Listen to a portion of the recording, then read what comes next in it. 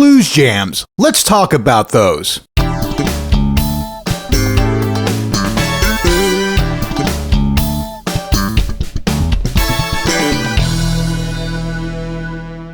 Over the course of my not-so-illustrious career as a working bass player, I have hosted or participated in many open blues jams. Now, if you've never been to one, I highly recommend it, as you can personally meet and interact with a lot of great musicians, including singers, keyboard players, horn players, drummers, and harp players.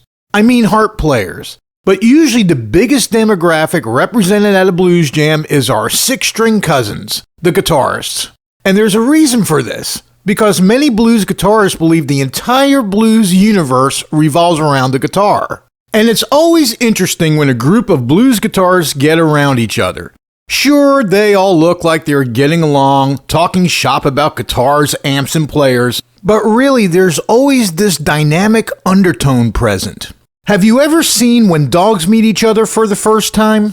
They growl under their breath, their tails go up, and they sniff each other's ass. Well, it's kind of like that, except for the ass sniffing, and even about that I'm not so sure. And it's interesting to note that a lot of blues guitarists fall into some defined personality types. For example, there's Bluesopedia. Bluesopedia is a walking, talking blues encyclopedia. The guy practically eats, sleeps, and poops the blues. And it seems that he knows every song by every blues artist ever, no matter how obscure. And I noticed that the more obscure the artist, the more of a naming convention they seem to follow, which is an ailment, a fruit, and a dead president, like Deaf Strawberry Jackson, or Liver Spot Kiwi Nixon. Then you have Geary Gary. Geary Gary believes the blues is equally about the gear as much as the tear. And when Geary Gary gets around guitar players, he's sniffing their guitars and amps.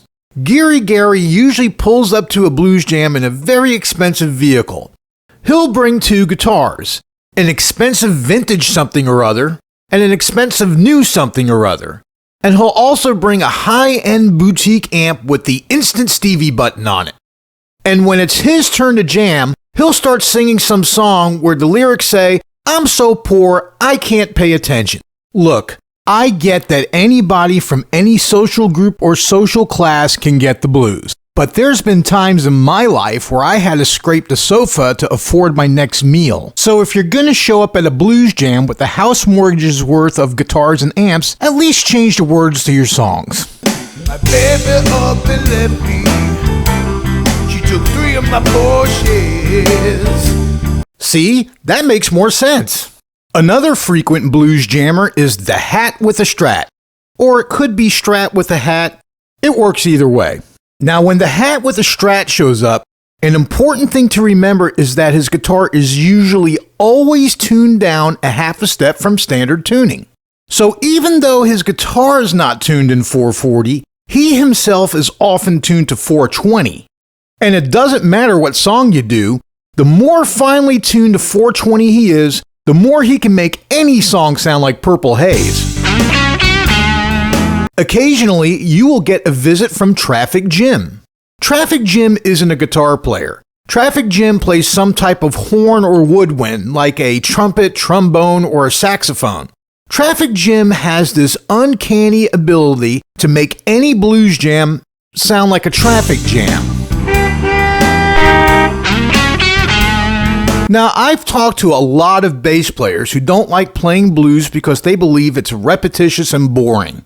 The truth is, there's all kinds of blues out there, and there's all kinds of blues grooves. Unfortunately, the misconception about the blues being repetitive comes from, you guessed it, blues guitarists. You see, we bass players generally differentiate songs by their grooves and the chord arrangements.